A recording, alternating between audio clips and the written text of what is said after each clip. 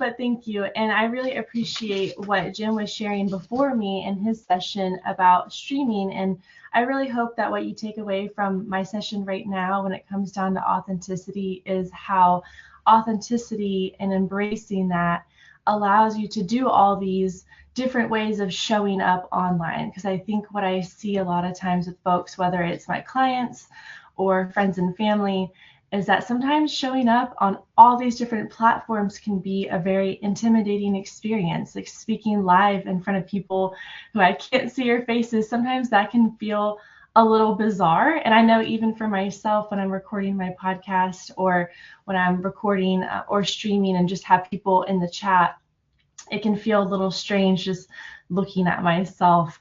So I just want to let you know that I empathize with you if you have any of that fear. And when it comes down to authenticity, I say it is an embodiment practice, because really it's about, before we tune in to the world around us, it's about tuning into ourselves and about really embodying that authenticity.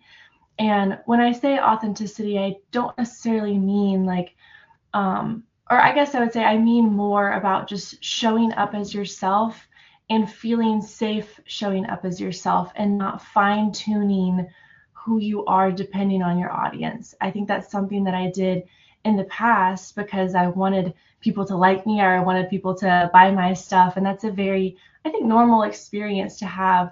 But I think you'll find that you will magnetize and attract the right people in the right community when you aren't apologizing, maybe subconsciously, for being who you really are. And so that's what I mean by authenticity, is not censoring yourself.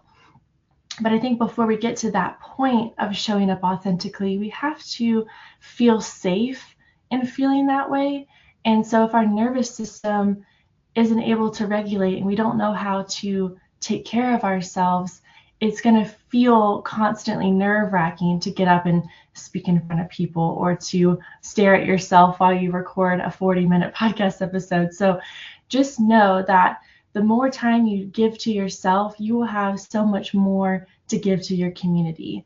And so when it comes down to embracing that authenticity, it's really I said nervous system practice. And so anything you can do with what we call somatics, which is tapping into how you're feeling in your body, tapping into and paying attention to the signals that your body is sending you and listening to those and honoring those, that's really important.